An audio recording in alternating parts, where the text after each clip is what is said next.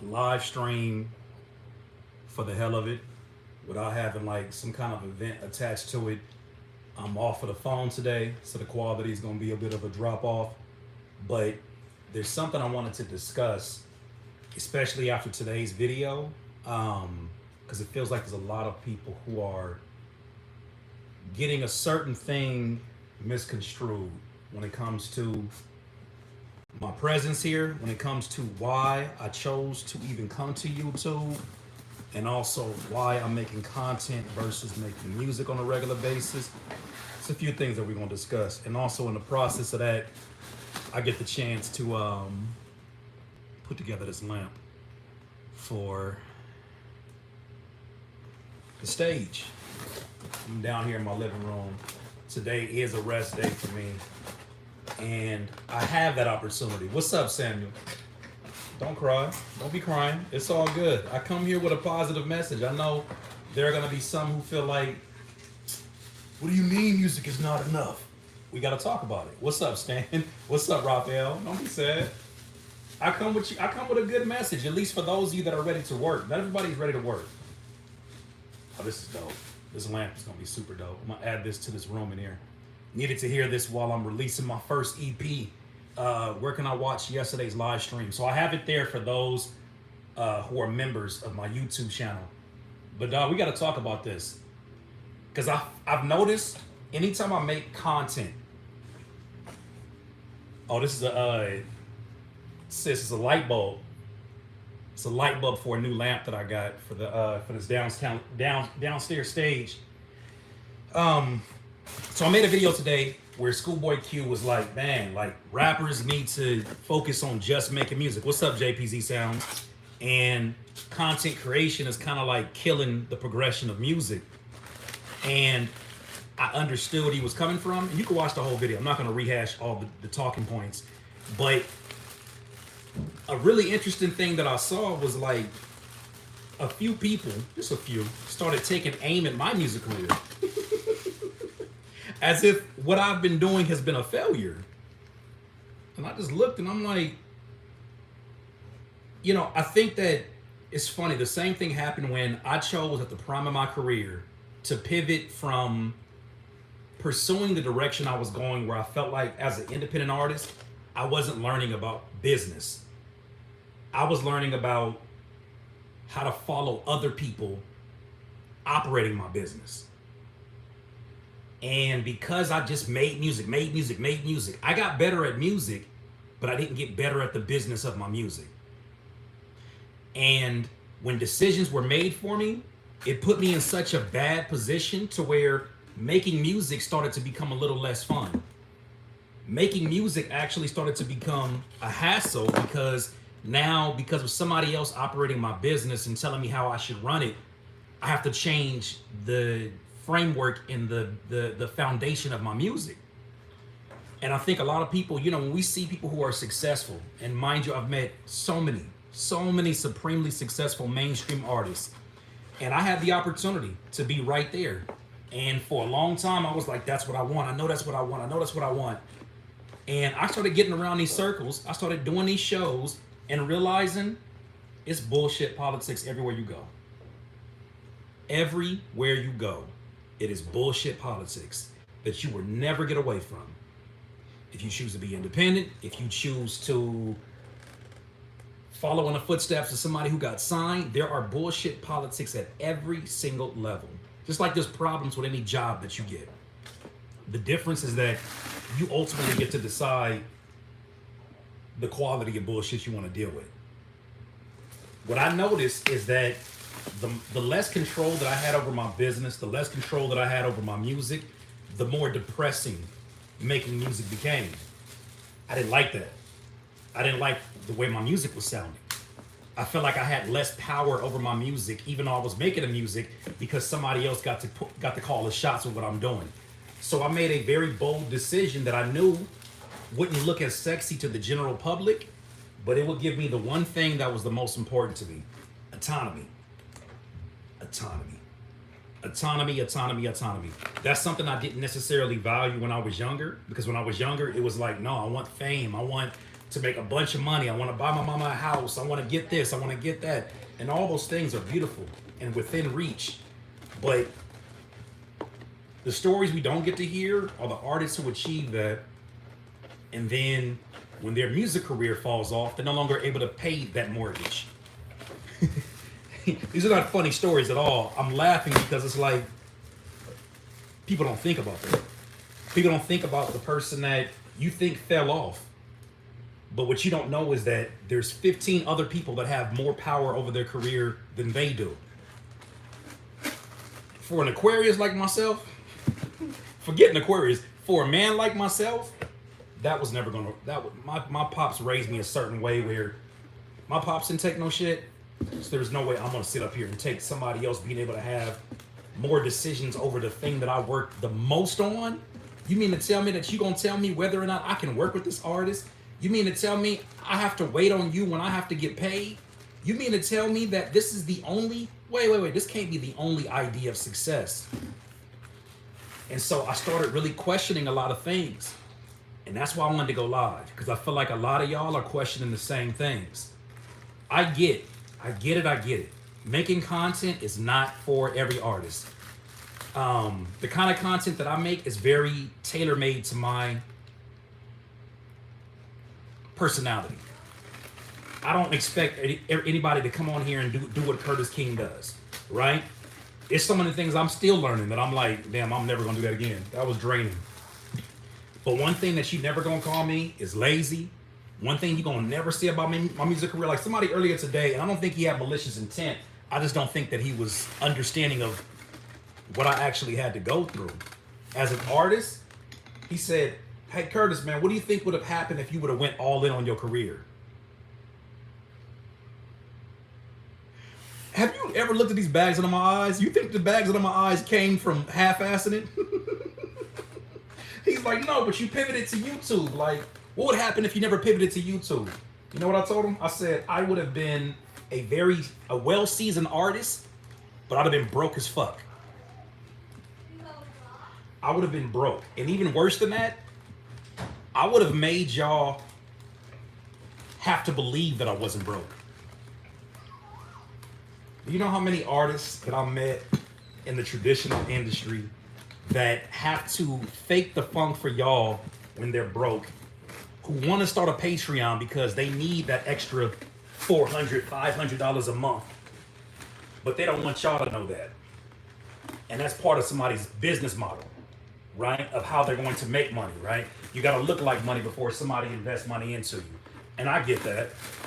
But what I get is that we all have different personality types, which the whole purpose of me doing this reaction content is that I'm not trying to give y'all the blueprint of how to get signed and how to become rich and famous. I'm not signed and I'm not rich nor famous. I got a name. I'm proud of that name. But at the same token, if fame means that I can't get up today and decide whether or not I want to go to Burlington with my wife, if fame means that I need to have security every time I choose to take my son to the grocery store, if fame means that I have to think twice about disguising myself when I go out and about because people are going to try to take advantage of me, or even in LA, rob me, you can keep fame. You can keep fame. But what about the money that comes along with that? You can keep that money too, because that money has a price. And I wish that was something somebody told me when I was early on. Are you a rapper? Muhammad, I suggest that you do a little bit of Googling. Just put Curtis King rapper. Yes, I am a rapper. I'm a music producer. I'm also a content creator. And I think some people think that I'm here making content because I have to make content. No. I position my business so that I can do this to support my music. Chances are I would have been some of your favorite artists. I'd have been some of your favorite artists. You'd have been like, man, Curtis King is so dope at music. I wonder why bro's not bigger. You know why? Because I never took a chance on myself. You know what the most frustrating thing that happened in my career? It wasn't not being signed to a TDE.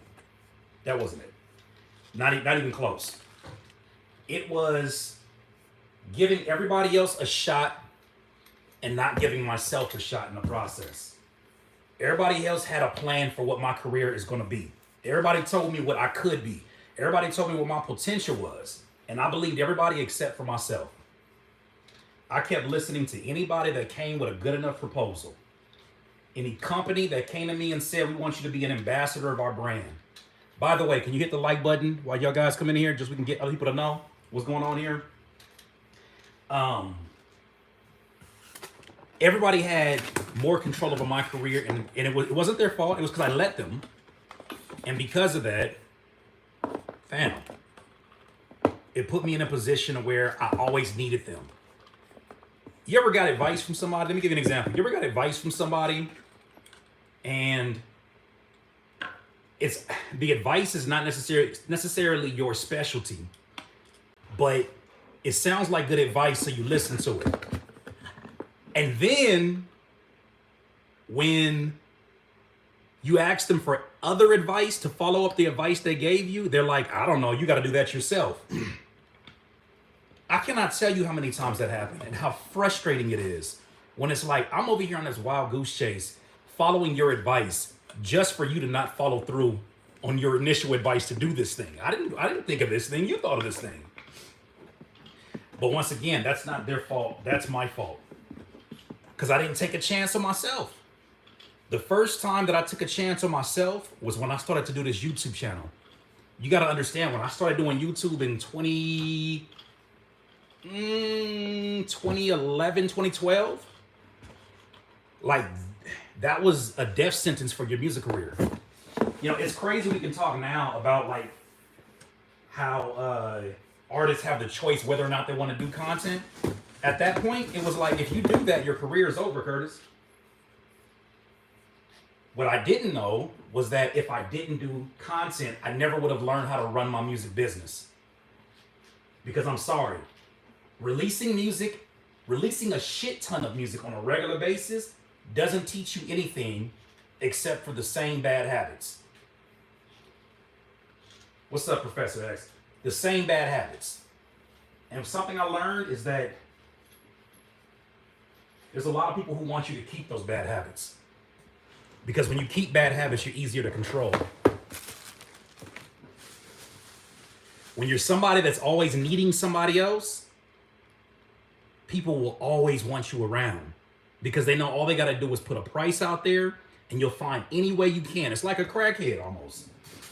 Crackhead struggles to, you know what I'm saying, do some of the essentials of life, but let them need another hit. Oh, they're going to figure it out. They're going to steal a car. They're going to hotwire a car. They're going to figure out how to hotwire a car. And I think that's the thing is you'll figure out a way when that's there, and people will take advantage of you when you don't know no better. So this is what I'm saying. Music is not enough anymore. It wasn't enough back then for an artist like myself. But you know what the thing is? I didn't have nobody as an example of like how to do this. I just did it and I had to hope that it was going to work. Thank God it did. The crazy part about it is, had I continued going the route that I was, where my music career was the only thing that I cared about. No content, no YouTube. I would have been a more well-known artist. But I'm going to leave it to you, and hopefully you can vicariously see yourself through the decision that I made. If met with that decision again, I would do the same exact thing.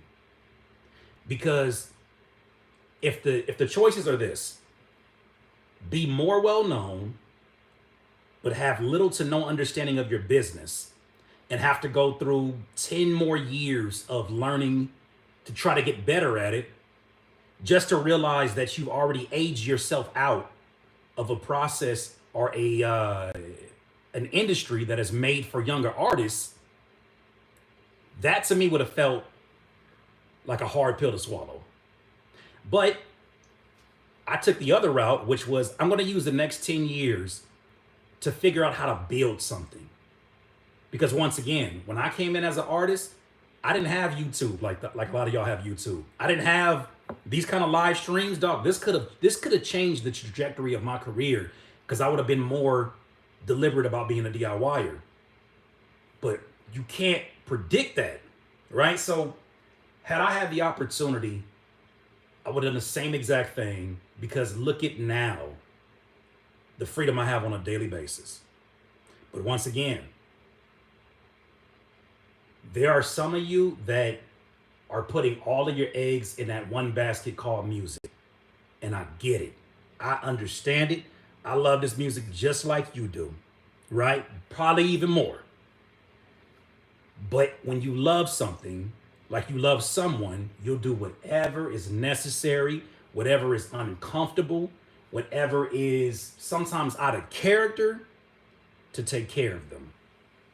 Be that your mom, be that your friend, be that your significant other, you'll do whatever necessary. So, because I didn't have a blueprint, because somebody didn't teach me how to do this, I said, okay, well, I am going to write a book. So I wrote my book, The Prosperous Hip Hop Producer. Because I wrote that book, it opened up speaking engagement opportunities for me. Because I did that book, it made me, because I did YouTube content, it made me better prepared to write that book. Okay, well, I did YouTube content.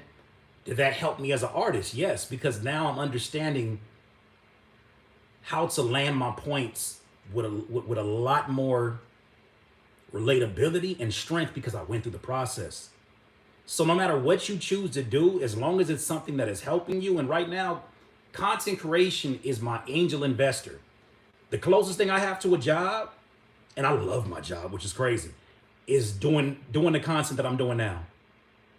YouTube, like in my mind, I was like, all right, I'm gonna leave this content space so that I can just work on music. And what I recognized when I came back to it, just being transparent at the top of the year, dog, not only is music more expensive, not only is direct to consumer expensive at times because you got to pay for your own ISRC, registering codes. You got to make sure that you're copywriting your music. You got to make sure that you're doing the marketing and the advertisement correctly. Not only is it more expensive on the music end, but life is more expensive. Can I get an amen for that one? Life is more expensive than it's probably ever been. And because of that, fam, you gotta diversify. You gotta diversify. Let me move this up so that you guys can see as I kind of put this lamp together. Fam, because of that, you gotta diversify.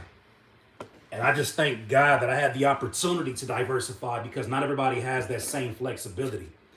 But what I'm here to say is this. I love the fact that so many of you express yourself through these comments. And not everybody's meant to be on camera. And I want to respect that. But you got to do something. Fam, you got to do something. Because, where the hell is the light bulb? Oh, here we go.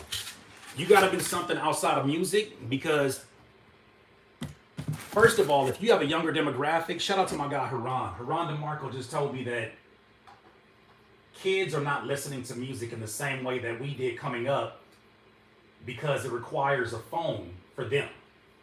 Right? Now, perhaps that's only part of it. I didn't read the full article, but I was just reading some of the tidbits of it. And it's not surprising because so much of our life is dependent upon our access, our accessibility to a phone. Now, that could partly change as you start to see a lot of artists now that are switching to direct to consumer. A lot of artists who are making CDs, a lot of artists that are bringing that experience back. But no matter what, that part of the demographic is changing, okay? So if that's the case, where are they going to find you if it's not with your music? Where are they going to find you? How are they going to find you? Why are they going to listen to you based upon all the people they got access to? Didn't they say something about like there's 140,000 songs that get uploaded a day? Let me paint this picture for you. And I'm not saying this to be doom and gloom. I'm just saying because we see that it's a good possibility this can happen. As these streaming platforms are making it more challenging for you to upload your music because they're putting out these fictitious fake bot alerts and they're taking your music down. Because you see Lucian from UMG say things like, there's way too much music that's available on streaming platforms. When you hear the higher ups talk like that publicly, that means they're giving you a forewarning about what's about to happen next. If they make it more difficult for you to get your music to streaming, and you're all about just your music, what are you going to do? What are you going to do? Well, I'm going to go to SoundCloud. Okay. How are you going to bring traffic to SoundCloud? And if you're relying upon SoundCloud's algorithm, you don't have a business. You don't have a business. You don't have a business. The algorithm is supposed to be that cherry on top. If the algorithm plays cool with you, that's because you've already taken care of things like your metadata, your tagging, your titles, your branding, your logo, being very clear about what kind of music and where it's coming from. That's another thing. Pro Quality just said, is it all due to AI? Because AI is advancing too fast. Two things I want to say about AI. I am pink. You know why? Because I got this light on right here. Why I chose pink, I don't know why. I think it was because it was the last setting. I was trying to be all cinematic with my lighting. Don't worry about that. I think with AI, here's what's happening with AI. Two things. One, there are laws in place right now. Not laws in place. They're working on laws. Shout out to Chris AK. He sent me an article that said that there's laws that are now being introduced for these AI companies to have to disclose where they're getting their training from, what music they're listening to in order to make the training that they do. Okay, that's one aspect of it.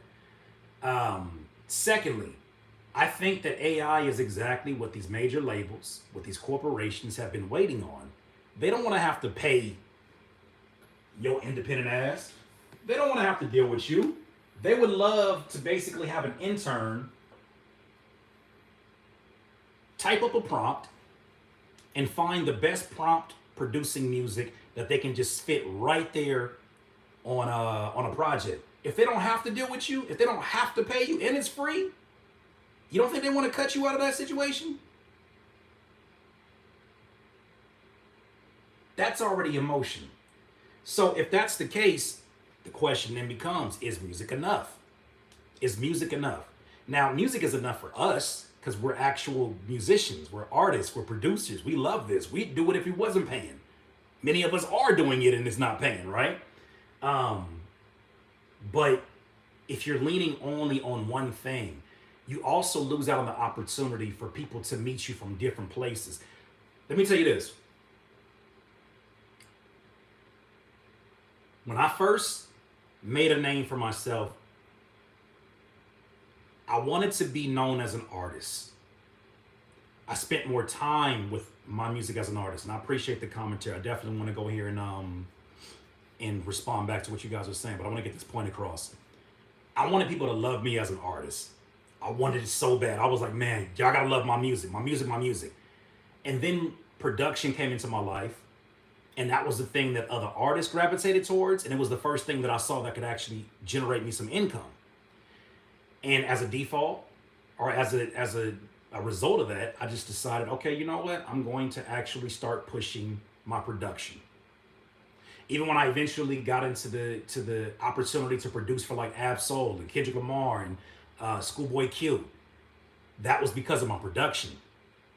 So in my mind, I was like, I'd be stupid not to pursue that while also making sure that I pursue my efforts as an artist on the other side.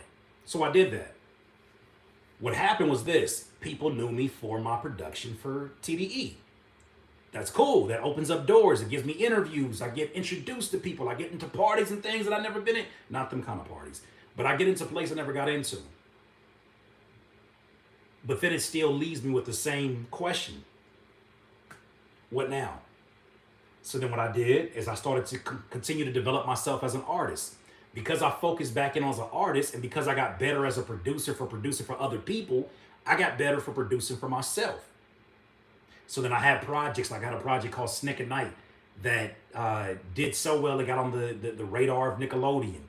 And there was opportunities that opened up from that. Because of my production for myself, I did a song called PCC, Pumas, Cubs, and Cougars, and it talked about my love for Cougars. And because of that, it got me in touch with like world-renowned Cougar experts. But even during that time, I started to segue and do blogging. I had a blog called How to Be Famous. I had another blog that was a Tumblr. And because I took those chances, it gave somebody an opportunity to say, huh, I didn't even care about your music. I'm just here because of your Tumblr. What people don't understand is, someone made that point earlier today. People may come because I wrote a book. People may come because I rapped a song and it went viral. People may come because I produced a song for Ab-Soul. People may come because they saw me on tour with Murs. People may come for all these different things. I don't have a choice of what they like. All I can do is create these moments and hope they choose me for something. You got to understand, I used to get so angry when people was like, man, I love your production so much more than your rapping. I used to get so irritated. But now I'm like, I'm just glad you know me. Because if you know me for one thing, it leaves the door open for you to get to know me for something else. So that's where content comes in. But if you're only focused on music, will you become a better artist? Fuck yeah. You'll become a supremely dope artist. Will you become a better producer? Yes. But how many producers do you know, friends of yours, that got heat and nobody ever hears it? And their new identity is just being a friend that gets slept on. It doesn't have to be that way, but a lot of people choose for it to be that way. So that's why the title of this is Music Is Not Enough. Music is not enough, right? You want to put the majority of your energy into the music, but what you don't want to do is half-ass content. What you don't want to do is not see what other ventures may be out there. Someone made a great point of Tyler, the Creator, Childish Gambino. These are examples of the new age modern artists. So many people want to be like Tupac era artists, where he had the opportunity to focus on so much of the art because he wasn't required to be on podcasts. He did interviews, radio interviews, and he did touring and all these different things. He definitely had a real tough schedule, right? He worked like crazy, music videos, all this, but everything was centered around the music. Nowadays, first of all, he was in an era where CDs could help to support a part of that budget, support a part of his income, a huge chunk of his income, right? Tickets, hard tickets. We're just in a time now where a lot of that business has changed. So as much as I would love to do nothing but sit here, make music, make millions of dollars on my music every single day, that wasn't the road that was designed for me. And I'm glad it wasn't. Because there's so many of you that I would never have gotten to know. Because had I kept being inside my shell like I was before I made content, like I was very social around my friends and very antisocial in any other place, right? Even when I had a MySpace page, I took photos of me being social in other places and shared them. It wasn't being social. I didn't share my story. I didn't care to share my story. I was very personal about that. But now that I'm doing that, it gives you an opportunity to say, I don't care about Curtis King's music. That's fine. I don't push it heavy on here, right? I know what this place is. It's for my content. I don't really care for his music. I don't really care for his beats. I don't really care for his rapping. But you know what? When it comes to wrapping up a concept or the way he talks about something, I'm tapped in. Because that person chose to watch, let's say, 12 videos, that may be the reason why they buy one t-shirt. Now, think of it like this. I have 270,000 opportunities because I have 270,000 subscribers to create those little mini moments. With those kind of chances, there's a good chance that a lot of people are going to like my music. There's a good chance a lot of them are going to dislike parts of it. It's none of my business. My only business is to make the best art possible, make the best content possible, vary the places that I show up, always be my best. And because I do that, Now you know me for something. It's a lot easier for me to make a living when you know me for something. You got to know me for something. And had I kept going the direction I was going, like I said, I'd have been so much more seasoned as an artist. I'd have been making some amazing songs, but I would have had zero business savvy to support these viral songs. So I'd have been another broke ass talented artist. I used to take pride in that. Like, yeah, Ratchet Steel Jacket, yeah, I ain't got a whole lot of money, da da da da. I used to take pride in not having that. As a 39-year-old man, there's nothing prideful in not being able for me to take care of my family. It's nothing prideful in them hard times. It's prideful to get past them. They're not so much fun anymore in my late 30s. So, I'm now understanding, like, because of the world that I created, and I'm going to answer your question right now. Who was it that asked that? D-Man. I'm going to answer your question. Because of this world I created, you guys got to understand. I'm going to give you some shit I've never told you before. Let me tell you some shit I've never told you before. There was a legitimate reason for me to believe that when I was in pursuit in the industry, I got blackballed multiple times. There are so many stories I could share you of things that happened that just did not make any sense, except for to conclude, based upon who I was associated with, based upon who was representing me, I got blackballed multiple times. That is not an excuse, that is a reality. And I was asking, like, man, why can't I get on these blogs? Why can't I get these looks on the shows? Like, people are always telling me how dope I am, and they never want to. I got blackballed multiple times. And I was stubborn. I ignored it. I was like, there's no way. I just got to work harder. I got to work harder. And so I worked harder, and I almost worked myself into a grave. What I came to realize is that certain personality types will never be successful in an industry. You can't come in there hot. You got to come in there quiet, all ears, willing to listen and follow directions. Even when things don't seem like that's the right thing to do, you have to be willing to do that. I wasn't willing to do that. I got blackballed from radio interviews. To this day, I still have issues with some radio interviews. To this fucking day. And I don't reach out to these people. These people fucking play with me in my face. They'll hit me up like, oh, Curtis, man, we see you doing your thing on YouTube, man. The album is dope. Man, we would love to have you on. Some of y'all think that I'm like an anti-social, don't want to be on nobody's platform. No, these people play in my fucking face. YouTubers have played in my face. They've played in my face. Tell me how great I am. Asked to be on my platform. I share my platform. I asked them to return the favor. Oh man, we just got to figure out a good time to do it. And they never hit me back. Then somebody, shout out to my guy Dorian, he told me, he said, why would they want your black ass on there? He said, some people are so poor, all they have is the views. All they got is the subscribers. Why would they bring you on there? What you recognize, what you bring is too much of an authenticity and it's too likable of a character for people to want to share you on their platform because they're afraid of what you may take away from their platform when it's never been my intent.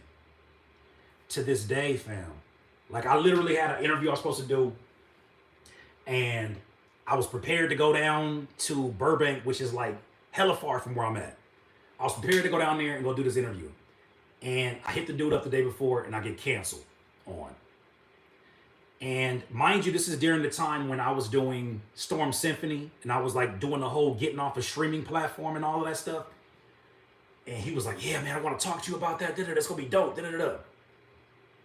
He cancels the day before and he says, oh, I got to go do something else. Okay, well, I had arranged for somebody to go pick my son up, all these different things. Just for the very day that I was supposed to get interviewed, another video dropped of another artist who decided not to put their music on streaming. This kind of shit is the shit that I saw almost every single opportunity that I got into in that industry. people playing in your face. I told myself I would never be put in a situation where I felt like a victim ever again. I'd never be put in a position where I cannot control my own destiny. Right? And beyond me, let's take my ego out of it. Like the God that I serve is so much stronger, so much mightier than any of these opportunities. So I feel like what he told me to do, create it your own. Do it yourself. Do it yourself. You got all these complaints, Dewan. My name is Dewan, not Curtis. Dewan, you got all these complaints. I feel like God told me. He says, do it yourself. If you start moving in that direction, I will provide you the opportunities. I said, okay, God, I'm going to do that. No matter what I did in my career, I kept putting up new videos here on my YouTube. Kept going. I didn't necessarily know what this would look like in 10 years, whatever. But look today.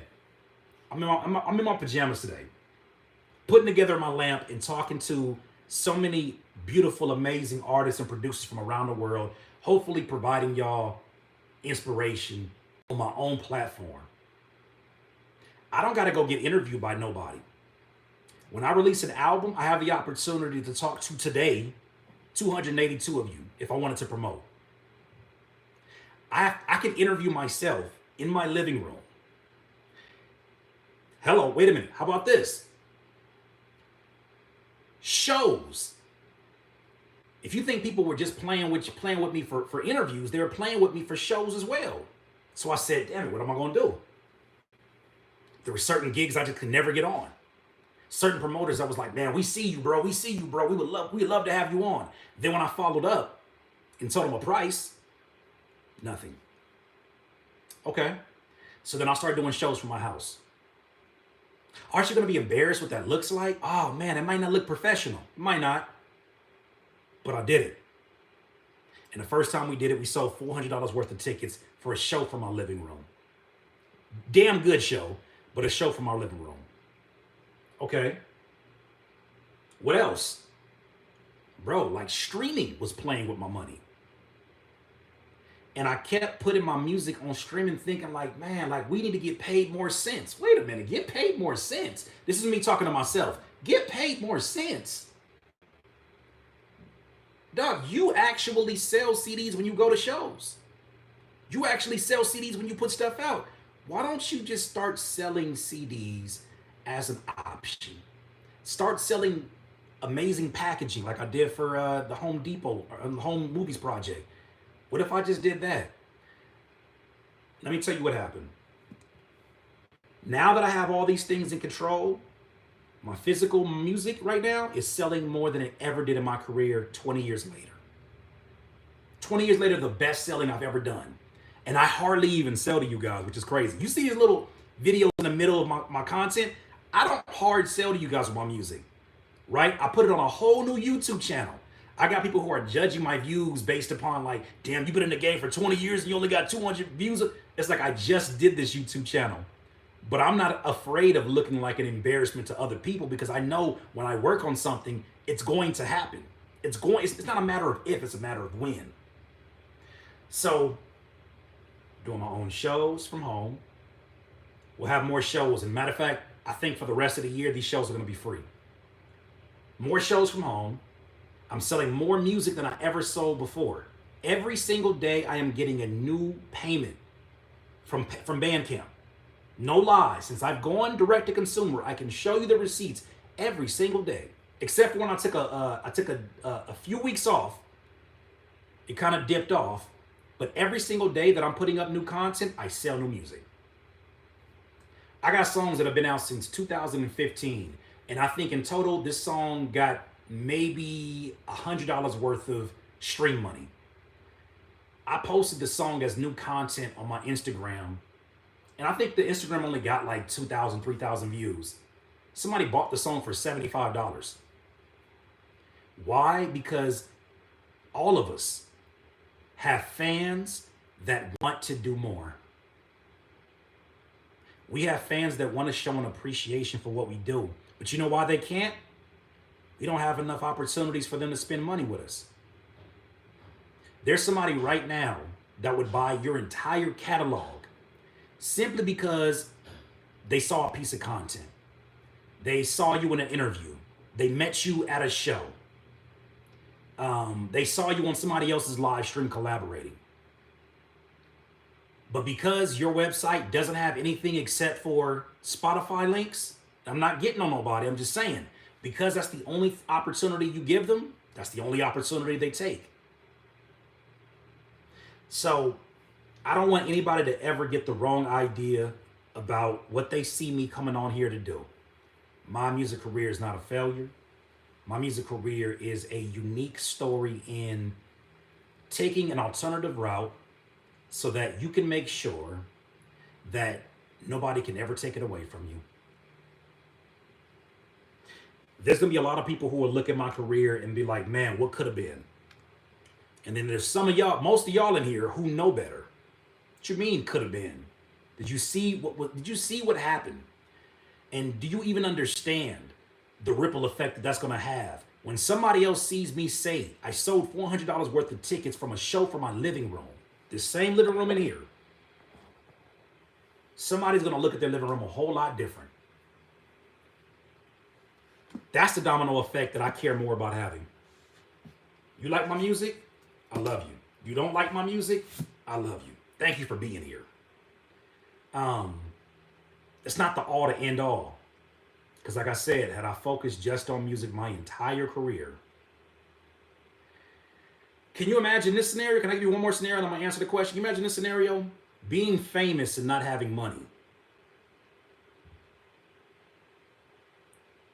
Think about that for a second. Being famous and not having money.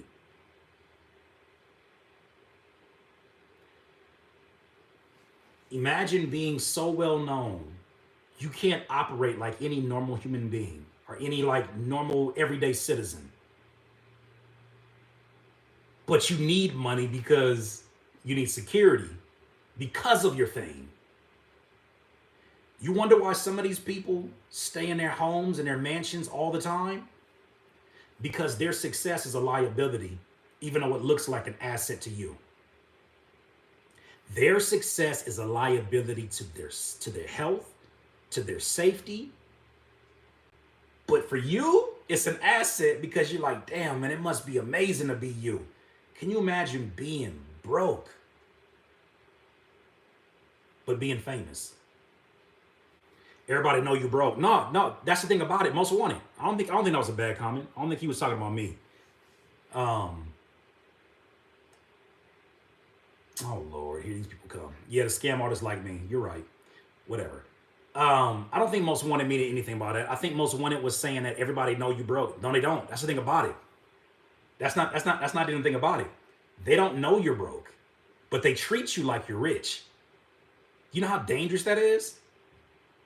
Do you know how dangerous it is to not be able to support your livelihood?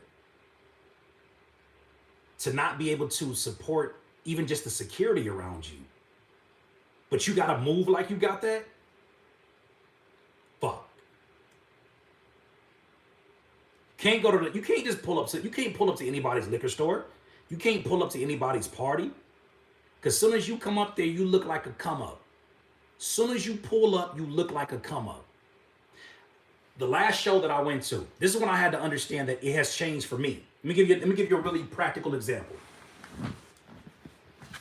I went to a show at a venue that I've gone to for a long time.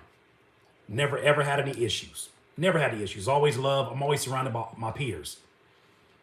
It was a dude that looked at me and he had a shiesty mask on. And like, that didn't bother me because we like in the middle of the hood anyways. I didn't care. Like, that don't bother me. But the look he gave me when he recognized I was me, it was almost like he had his mask on and he was like, and he kind of leaned back and he had a backpack on. He looked around and he looked at me again and he started backing away. My head's always on a swivel whenever I leave the house anyways, just because of my family, because I want to get back home to my family. That look told me something. That look told me this. Even if Curtis King is not a millionaire, what if he got $300 in his pocket? Is that worth pressing him for it? Is that worth pulling out a gun and getting that up off of him? In this economy, I'd say it's very much worth it. What if he got more? So I kept my head on a swivel even more that night. That's when it dawned on me. Independent artists are actually more at risk than famous artists with money, because at least they have the money and the infrastructure to support them. Did something happen? Thank God it didn't. I think that he understood. Like, when I kept eye contact with him, I kept eye contact with him. I didn't want him to look at me and be like, oh, this nigga's a goober. He don't know no better. I kept it. Anywhere he went, I saw who came in with him. I saw who went out with him. I just looked at him. And I wasn't like trying to be no tough guy, a mad dog. I'm just being a man. I just looked at him. I said, all right, cool. And I pretty much stayed in the same place. And then when it was time to leave, I made sure I left at a decent hour and I didn't make myself vulnerable to that kind of stuff.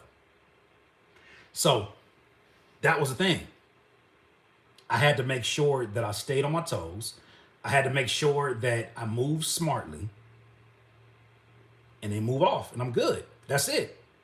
But I think there's a lot of people that think that they're above that. Like, I don't want to use this example. I hate using this example because it's still very, very fresh. And this was somebody I considered a friend. But that was a wake-up call for me as well. My guy, Chris King. It fucked with me that he went out to Tennessee to go do business. He went out to go do business as an independent artist. There's a festival he went to go perform at.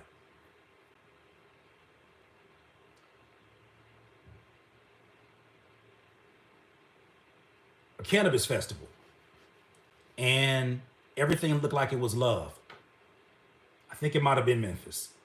Everything looked like it was all love out there. He was doing promos. He looked like he was happy to be out there doing shows, getting paid, all of that. I was reading a news report that said that he went to a studio session afterwards. As he's leaving the studio session, somebody approaches him to rob him. And that's the person eventually killed him. I don't even think it's a matter of like, you have to make Nashville. It was Nashville. I don't think it even has to do with the fact of you got to make a certain type of music to get pressed like that. I just think that you just got to look like an easy opportunity. Accessible. I'm willing to bet, without knowing anything about the person that they arrested or whatever, I'm willing to bet they knew he was coming out there. They were at the festival. They saw the studio he went to, or somebody told them the studio he was at, without knowing anything. I don't want to be insensitive to the family. That's the kind of things that I'm thinking about now, being out here as an independent artist. It is stupid for me to move around here like I'm Teflon, nothing can hit me. It is stupid. I and you must get back home to your family. I love making music, but fuck this rap shit. If I gotta choose between making it home to my family and being some kind of tough guy, no. So this is what I'm talking about when I say that I have created a career that I'm 1,000% sure this is where I want to be. Does that mean that anything could happen, bro? Anything can happen wherever you're at. It doesn't matter where you're at. Car can hit you. Anything can happen. When it's still time, it's your time. But you ain't got to make it easier for people. And that's the thing about it too. I feel like the more successful I became in that other space, the more paranoid I became. And I didn't have anybody that could teach me how to not be paranoid. Now, when I talk to the individuals that kept pursuing it, and I talk to them today, it's so weird to hear them say, I envy where you're at. Because I'm nowhere near as famous as them. I don't have as many millions, nothing like that. But they say, I envy your autonomy. Somebody else has to tell me when I can go here. Somebody else has to tell me when my music can come out. Somebody else has to tell me, you know what I'm saying? All these things just to make it look like something on the public. Just to make it look like something in the public, they have to face all of these people who get to decide their own destiny. I'm sorry, I meant to, that's another reason why artists check in. You know what's crazy about that whole check-in thing? Schoolboy Q said this, and I'm glad he said this. I knew about this, but I knew gang politics is not my place to talk about it. I know, I'm very aware, very aware. I didn't work with a lot of gangster rappers. I didn't been in a lot of neighborhoods over my time period, right? I don't say that as a validation pack. I just say that as I know better. That whole check-in shit is not to protect you. That whole check-in shit is to let people know easier ways to rob you. That check-in shit is so that they know exactly where you'll be, what restaurants you're gonna be eating at, and when somebody go rob you, they say, all right, we can get your chain back for $215,000. Can you get it back? Yeah, they sent us a photo. How the fuck y'all get a photo? Nobody ever says that. To get a photo. $215,000. Oh man, thank y'all. This would have been an embarrassment if this would have hit the social media. And run the same play every time. And because you could never connect the person that robbed them because they had a mask on versus the person that actually is the protector, the one that you're supposed to be checking in with, it's the same play every time. That's how folks get robbed. It's organized. Exactly. Kay, you said organized crime. Like, I know that. And I'm not like, you know what I'm saying? Like, I'm up close to a square, bro. But I know better. Let me go back to this question because this is a good question. I want to make sure I answer this before we move on.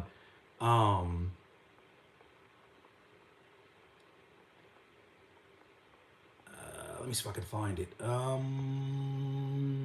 It's been a second. I'm sorry about that. Let me see if I can find this question. And I want to try this light to see if it works.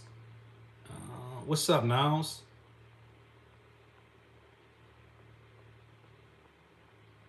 Yeah, I don't think I can find that question. But yeah, throw any questions that you got. Something told me, man. I think that was God talking to me. I know it was God talking to me to come here live today. I'm hoping that somebody got a much needed message. Cause like on my off days, I don't do nothing live streaming. I don't be bothering nobody. I mind my business. But anybody who got questions, please let it be known. Everything ain't as sweet as they make it out to be.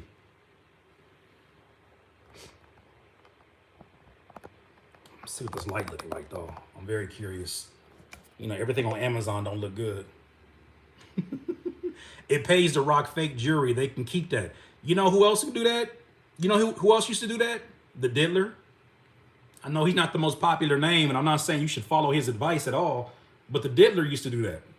He said he would go to liquor stores and he would go pick up these fake earrings because they shine bright as the other ones, the real ones. And if somebody tried to get them off of him, or if he dropped one, you'd be good. Do you think artists are becoming content creators? I think that artists are already content creators. You just don't want to admit it. Let me look this up. What is the definition of content? What mic are you using to record your music? The TLM 103. Content is, what is the definition of content?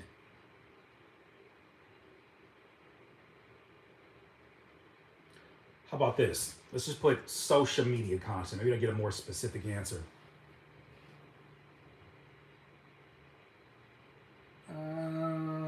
Of media content. Check this out. Here's the definition of content. Media content. Media content is any data, text, sounds, images, graphics, music, photographs, or advertisements, and shall include video, streaming content, webcasts, podcasts, blogs, online forums, and chat rooms. So this means anything that involves any form of media and a combination or an ingredient of the internet is content. Content. I know if people don't want to hear this. It is broad. I know people don't want to hear this. I didn't want to hear it. But your music is content.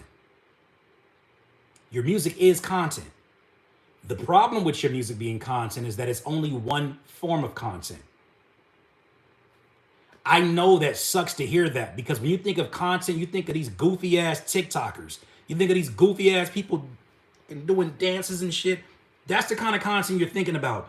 That's not what we're talking about here. We're talking about that article that you read this morning. That is content. That thread that you read this morning on Twitter, that is content. That, I don't know if that was a fake song or a real song. You see the Dreamville song called Kendrick where they're dissing Kendrick? I think that was AI. But that's content.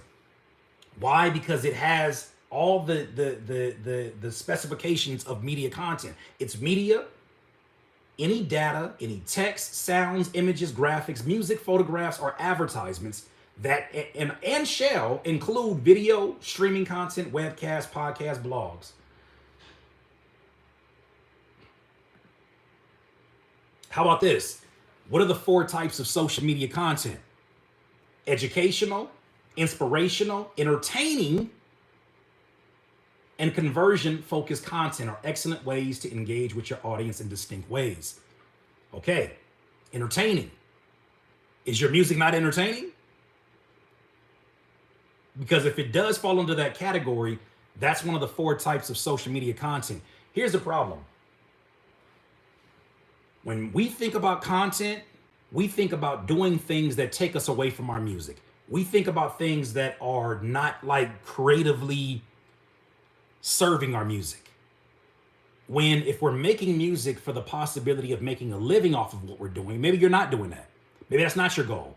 But if you're trying to serve the purpose of making a living off of what you're doing, you probably should find different ways to talk about your product. I'll give you an example. How many of you got a family member that has a business, that has a product that's like, yo, if more people knew about this, man, auntie, people would kill it. People would love this so much. But they're like, yeah, I probably should. I just don't know what kind of content to make. That's the one separating factor between people getting to know what they have and getting to not know what they have. If content was enough, how about this? Answer this question. Content is a non-tangible, consumable thing. I like that, Bush Monster. Who has the best burger right now? Who has the best burger, the best hamburger that you ever had from a fast food restaurant? Put some names in here. I want to hear. Put some names down here. While you do that, I'm gonna plug in this lamp. The question is, who has the best hamburger that you ever had? Tell me. I want to know. Who got the best hamburger that you ever had? I know that's a random ass question. That's cool. What y'all gonna say? Five Guys? What y'all gonna say? Who? Burger Kind. But Mickey D's is like a drug. Whataburger. Five Guys. Lazy Dog, Bisonburg. In-N-Out. Trill Burger. Culver's. Me. Avedon said me. Five Guys. Fat Burger. Red Robin. Five Guys. McDonald quarter pounder. Yeah, I didn't definitely take down a few of those before, I changed my life. Big Mac. I said it like I got born again. Island Fish Burger. That Island Grill Fish Burger is fire. Food trucks. Okay, with the exception, well, no, even food trucks.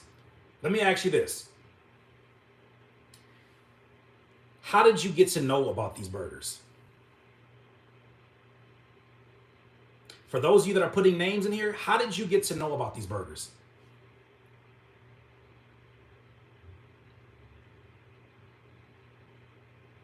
Who told you? What did you see? Was it a commercial?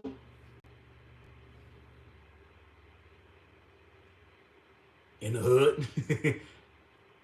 Advertising, content, advertising, family, friends, word of mouth. See, this is what I'm talking about. I think the day that we as independent artists stop looking at just other independent artists as the blueprint, we'll figure out our blueprint. because so many things that we do are so unique to us as artists and musicians, but a lot of that stuff is attributed to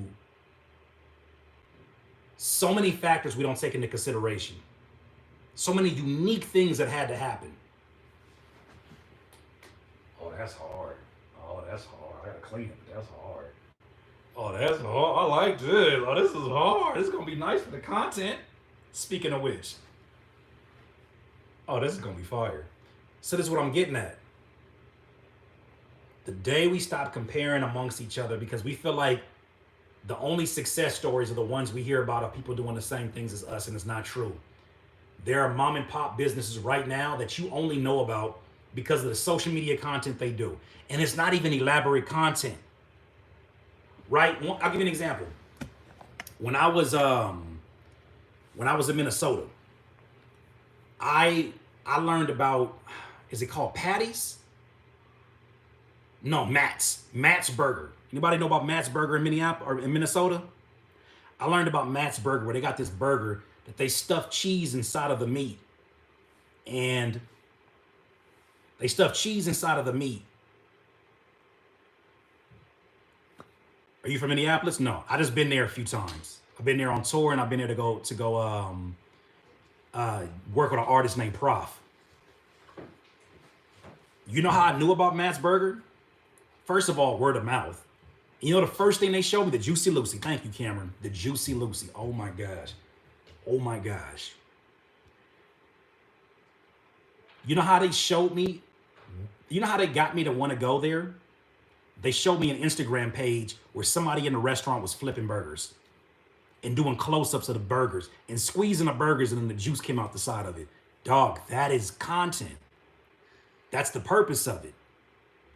But if nobody knows that you have a delicious burger, how are they ever going to get to it?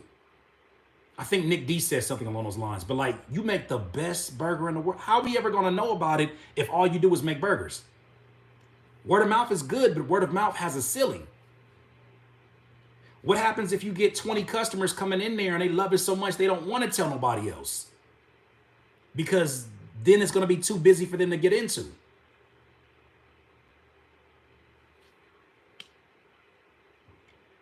So I think that I know the same thing applies to us as artists. Like, we can't rely just on music. Music is not enough. Now, I'm not saying that music is not important. Oh, Lord, don't ever let me say something like that. Music is not, I'm not saying music is not important. What I'm saying is that it's not enough. It's like a cheesesteak, pretty much. It reminds me of Max's, that company promotes their food everywhere on Instagram. So, and I'm not saying that you got to be just like them. I'm saying that at least they get on social media and show the benefits of their product. Like, when you think about your music, this is going to be a very weird question. What's the juicy part of your music? What's the equivalent of when you watch a Doritos commercial and they do like this? You be like, damn, I think I want a Doritos Locos taco. I think I want a Doritos right now. What's the crunchiness factor in your music? When you understand what that is for your music, like, somebody's going to say, dog, I love, like, man, like when you do like those catchy ass hooks, oh my gosh, I love that. Like, that's the crunch. The crunch is, it's not so much Doritos being the greatest chips. They're not the greatest chips in the world. They're decent, they're good. But you know that their business changed overnight the minute they started putting the sound effect of crunching. Why? Because that's part of marketing. I can't just tell you that I got a great chip. I don't care. I don't care. That's not enough. What's the crunch? What is it? What about that crunch? Damn, that crunch sound like I'm feeding my hunger. That crunch sound like, man, it'll be the most delicious. Like, you know what? I kind of wanted something. Like, that's what you have to get at. For me, I'm understanding that my crunch moment happens when I'm not rapping like this and I'm doing all of the rapping. My crunch moment is when I do this. And I talk to you the same way that I would talk to you in one of these videos. When I have very personal conversations through my music, very vulnerable conversations through my music, that's the crunch factor. When I choose production, where it's a supremely talented producer like an Oh Gosh, that right there is a dopamine spiker. That is a senses tingler. That's what I'm saying. but nobody will ever know. Nobody would, I shouldn't say nobody. We wouldn't even think about the crunch being associated with Doritos if they never showed it to you.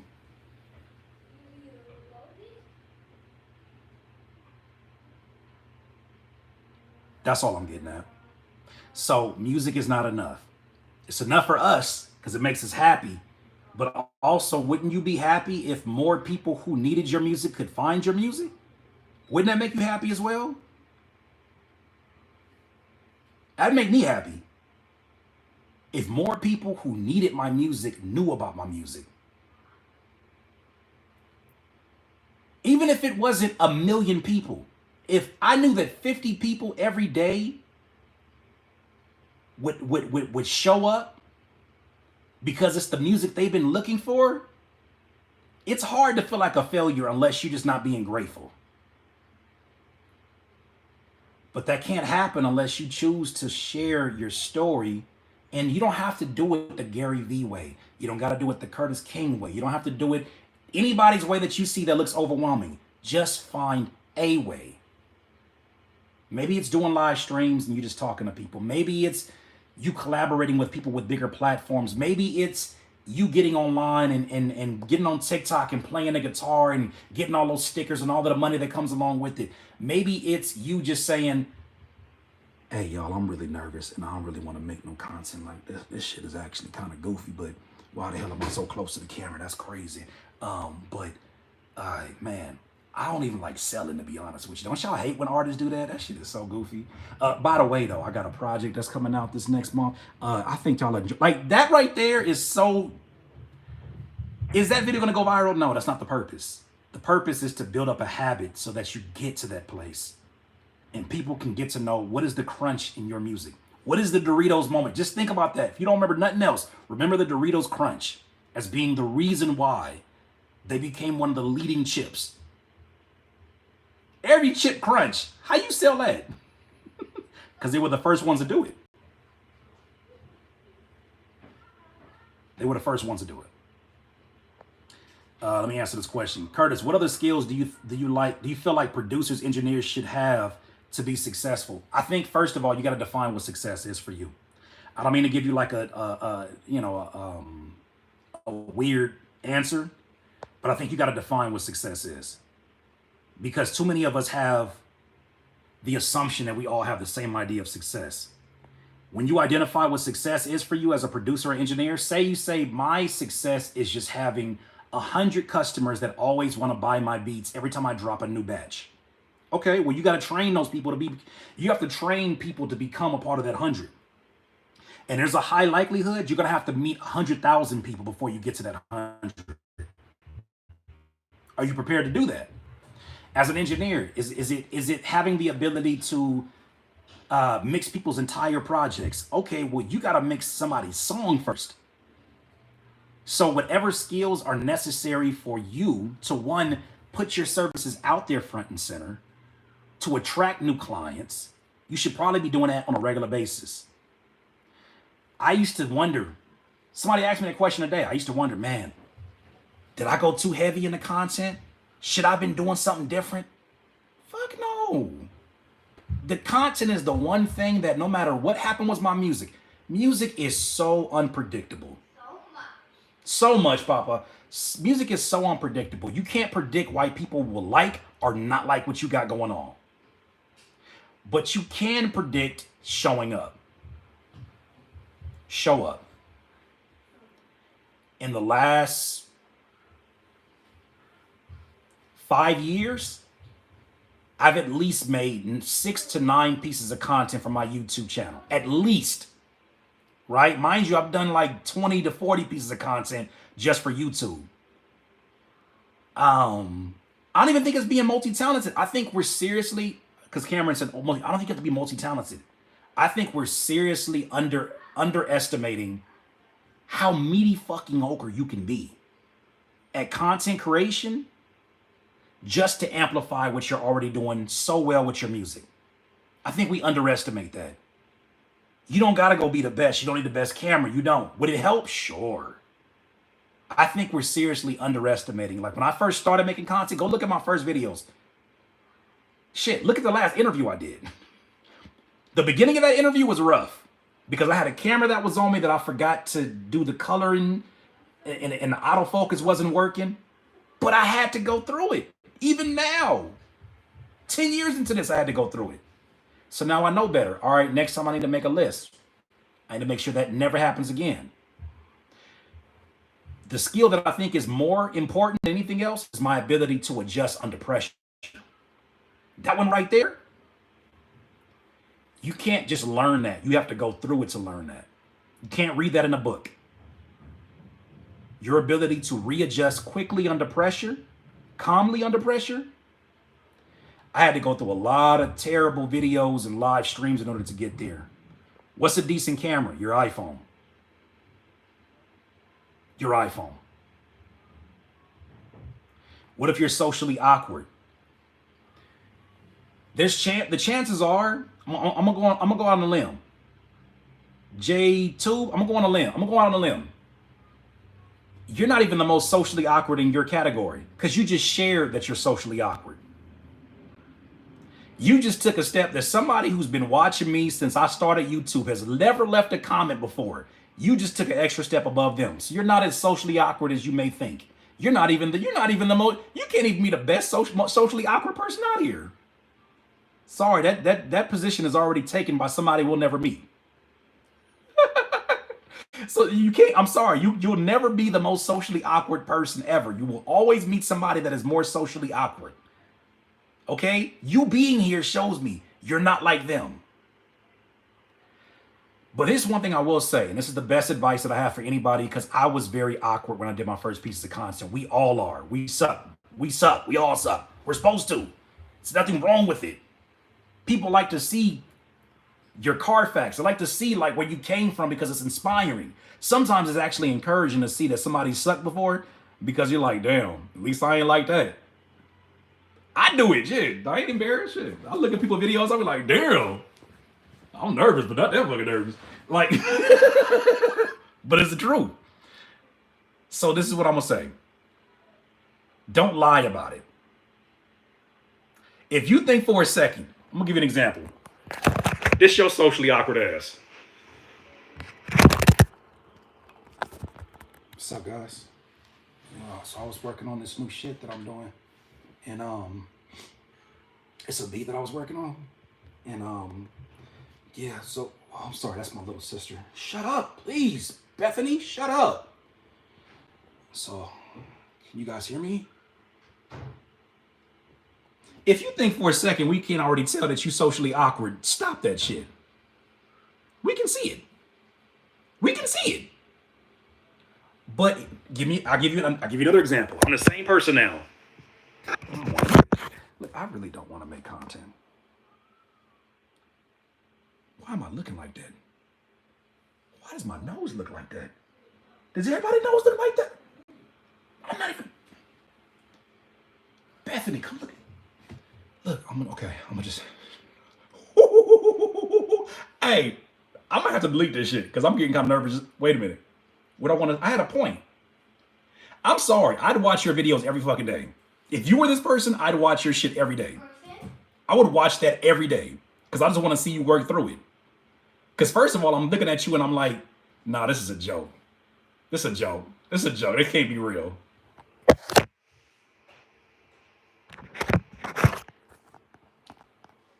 What's up, YouTube? You guys all right out there? Man, just, putting together this lamp. Why people start blinking awkwardly when they get on camera? Just putting together this lamp. Why you can't ever get your neck right? What do you guys think about it? It's pretty cool, huh? Any Xbox users out there? What's your favorite game? Go through it, because you're not going to get better not going through it. I guess you just got to relax. No, you need to clench your butt cheeks and be nervous. Keep it real, says I guess you just have to relax. No, you're never going to relax. You're never going to relax. You hear me? Right now, if I put a monitor up to my heart before I did this live stream versus before I did it, I was calm. I was in here chilling. And then I started thinking like, damn, I should probably go live. What am I gonna talk about? Why music ain't enough? Do I gotta do research? Oh shit, what if I don't? What? My brain still goes through that. I just know how to operate under pressure better than I ever did before in my life. That goes nowhere. When you learn that skill, which you can only learn through a shit ton of videos. Hugo, he says, be yourself. That's it. I wish it was that easy. But how can you tell somebody to be their self when they don't know who they are? Is that fair? How do you tell somebody to be themselves when they don't know who they are or when they don't like themselves? And that's the first time I got on camera, I hated my voice. I hated the angle I sat at. I hated my man boobs because of the way that the camera was sitting up like this. And I was like, ugh, what is that? But you gotta go through it. You gotta let the, you know how Kendrick was like, something, I'm whooping feet. You gotta let the internet whoop your feet. And then eventually, they ain't gonna punk you no more. Eventually, you're gonna learn how to clap back. Eventually, you're gonna get better.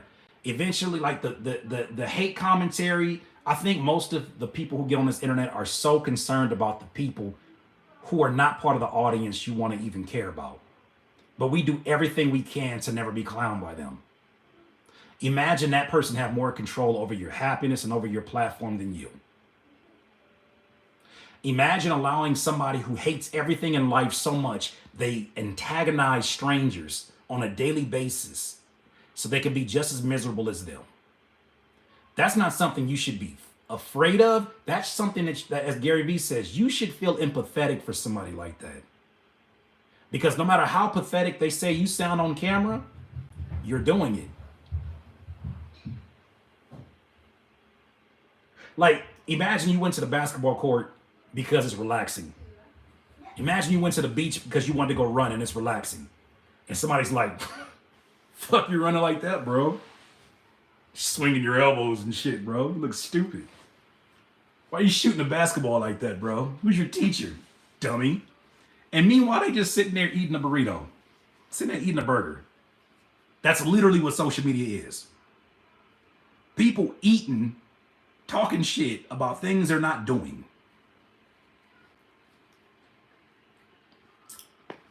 That'd be weak as hell, bro. That shit trash as hell, bro.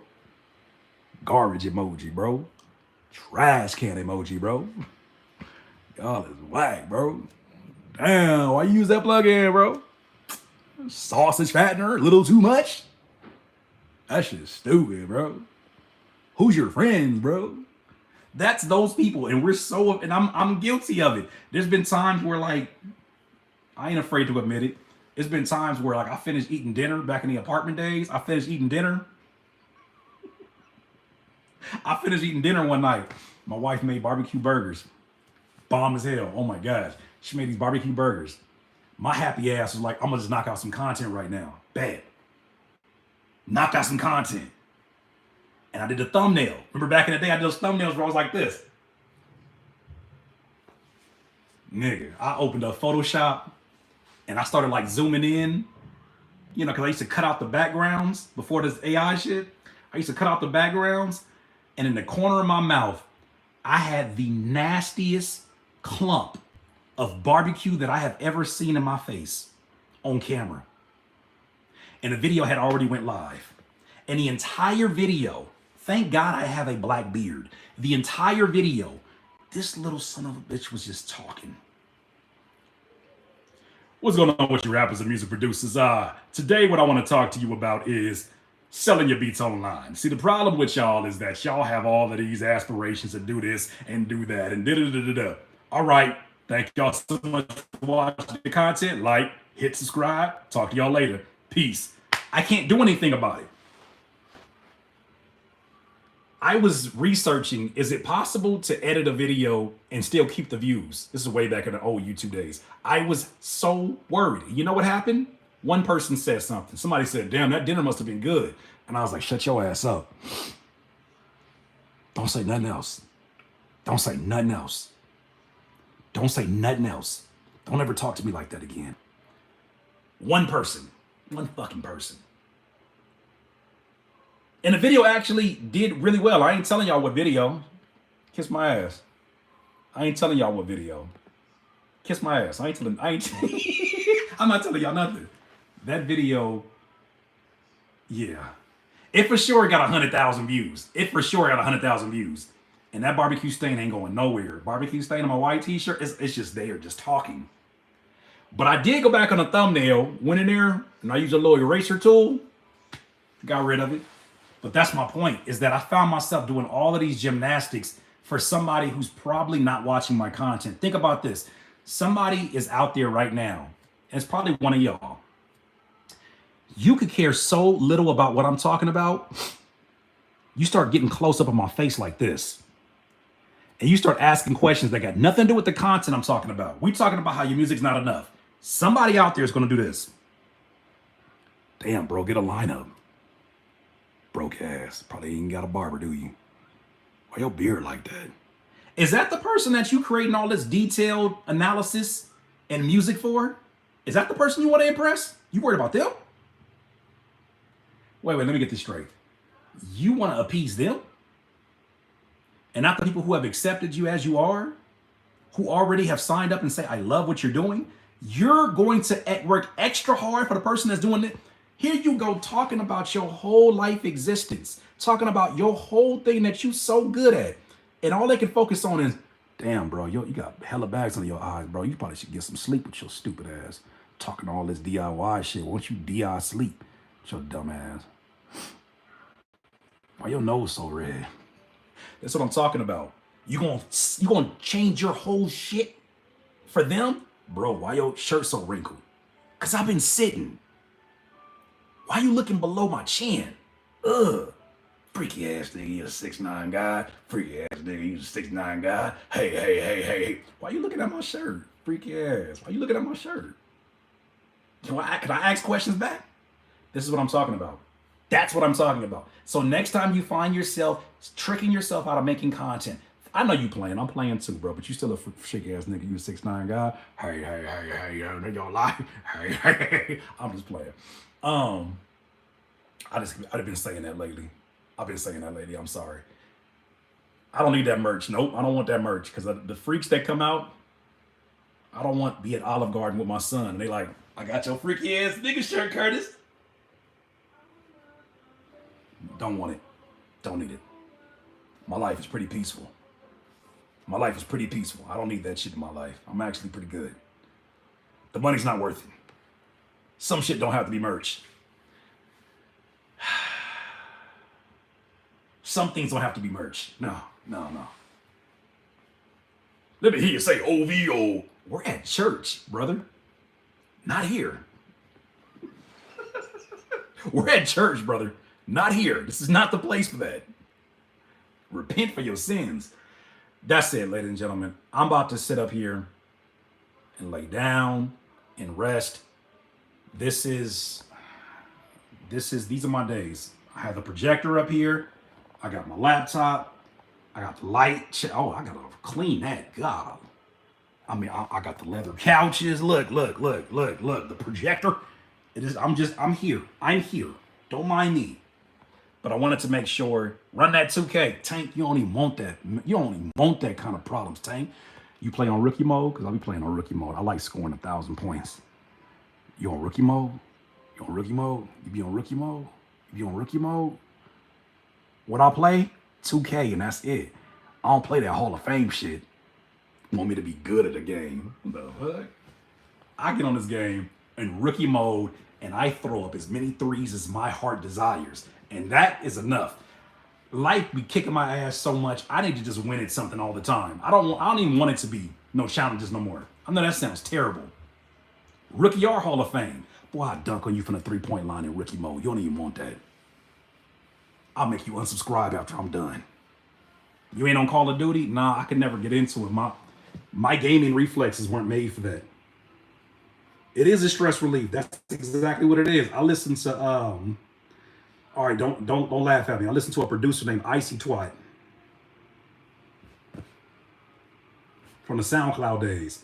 Put my headphones on. I listen to a producer named Icy Twat. and he makes very he makes very relaxing music. And I just see XLE or music is crazy. He is the GOAT. I'm telling you, if you know, you know. He has like these playlists that are tuned to 432. I'll be listening to that and I'll be in here just like my creative player be going for 100 points every game. I'll be getting excited. We like 72-0. Relieves all my stress. I'll be getting my ass kicked every day by hard work. Is he just a producer? I think so. I haven't heard any music by him. Call of Duty got too many campers for my patience. Yeah, you want me to? I'm already frustrated somewhere else. Last thing I want to do is be frustrated in life there. Wilt Chamberlain on easy every single time. Every single time. I don't come in here for a challenge. I don't come to play 2K for a challenge. Come here to relieve stress. Icy Swat is an artist too. I did not know that. All right. How much was that light? Like $40. Oh, wait a minute. I'm gonna show y'all this before I'm done. I want y'all to see this real quick. I'm proud of this purchase. I don't usually make purchases for myself because I usually reinvest it into the fam or the house or into the music. But you gotta check this out.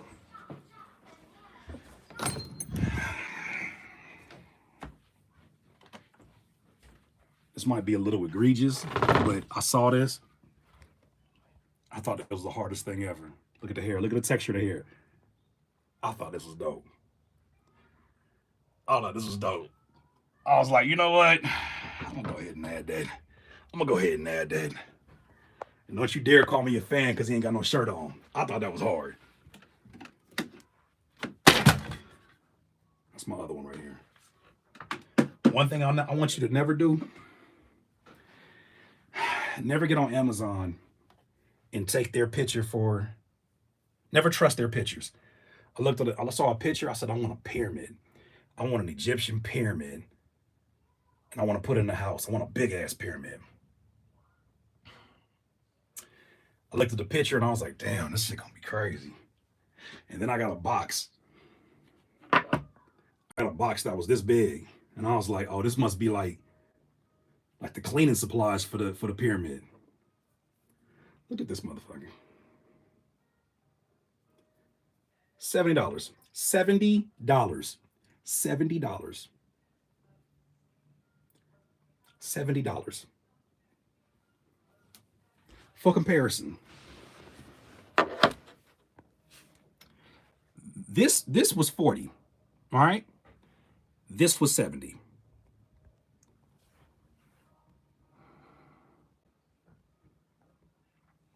This was 40. This was 70.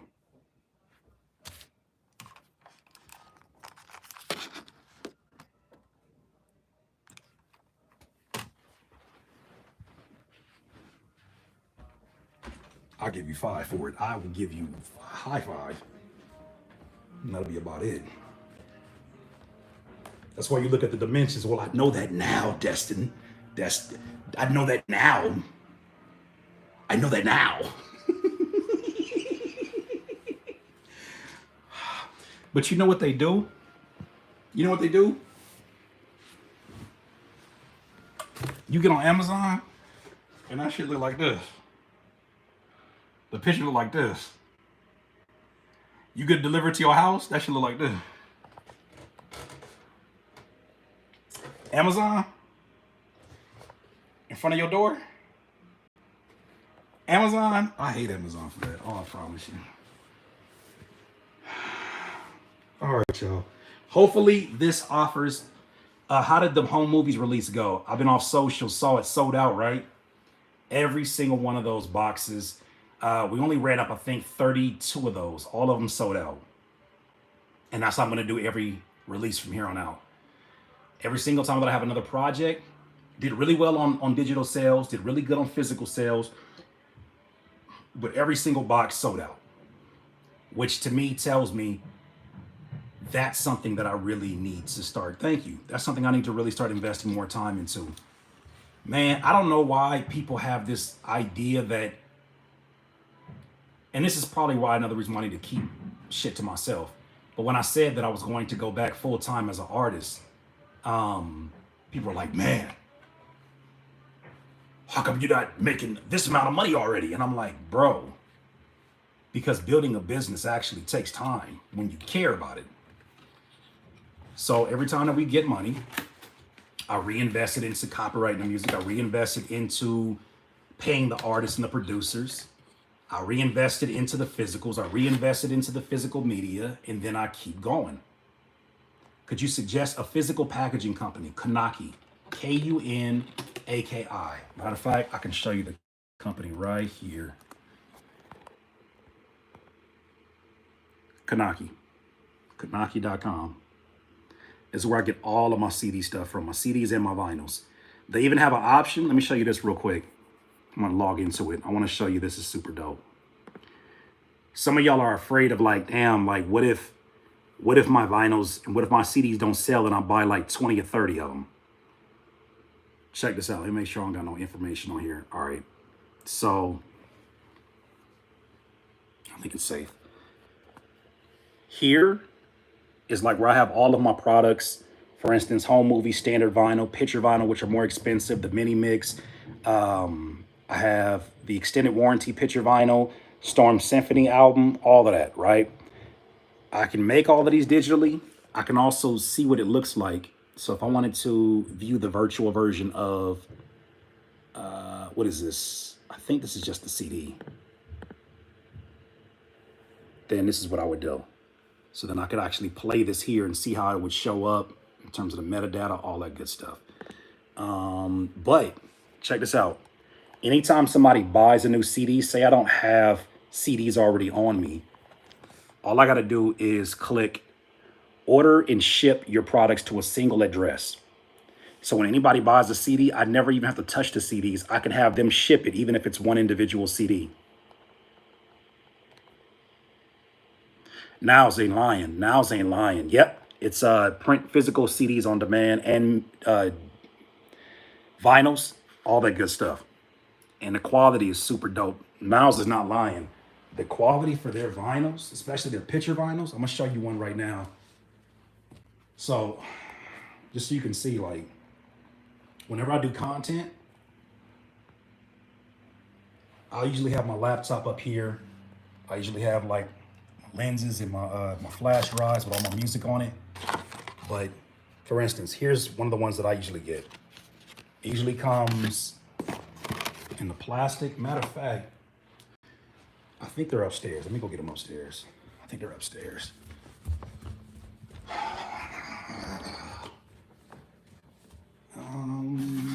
Yep.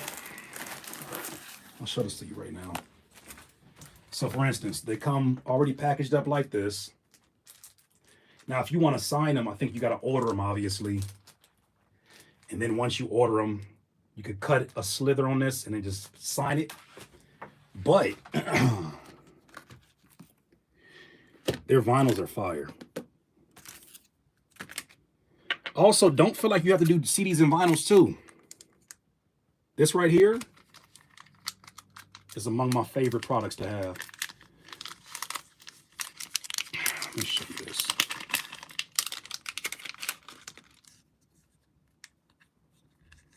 Boom. Flash drive. Holds about 6 gigs. So I got documentaries on here. I got this off of Amazon, by the way.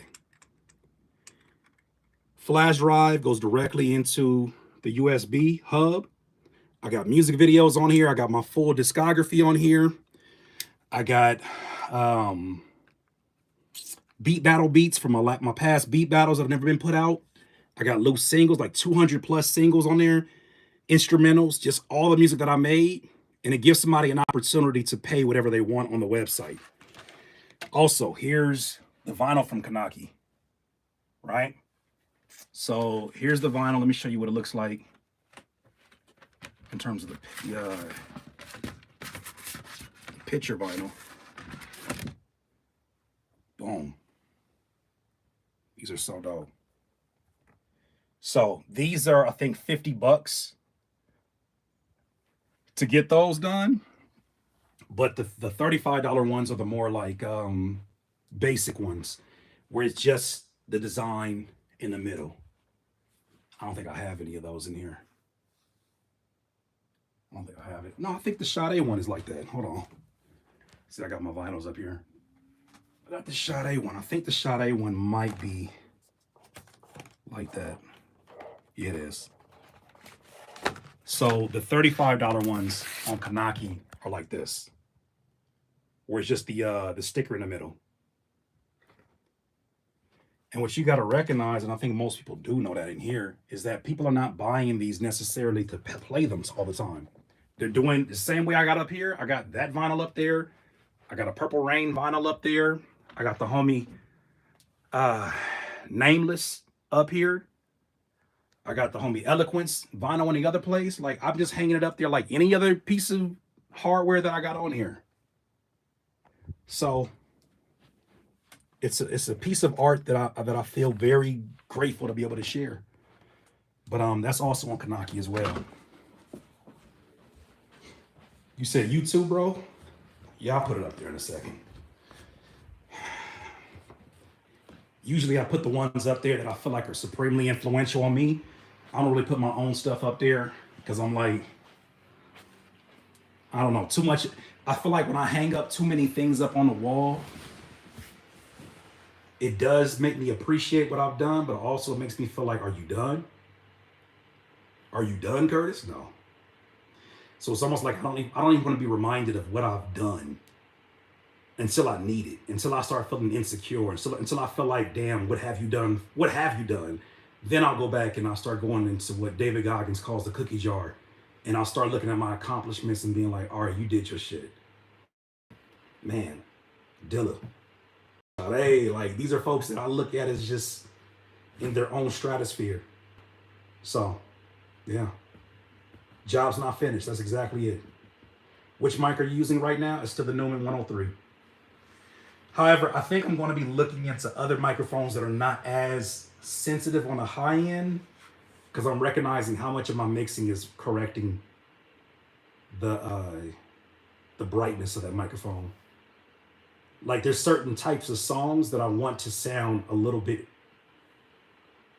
more close to my normal speaking voice.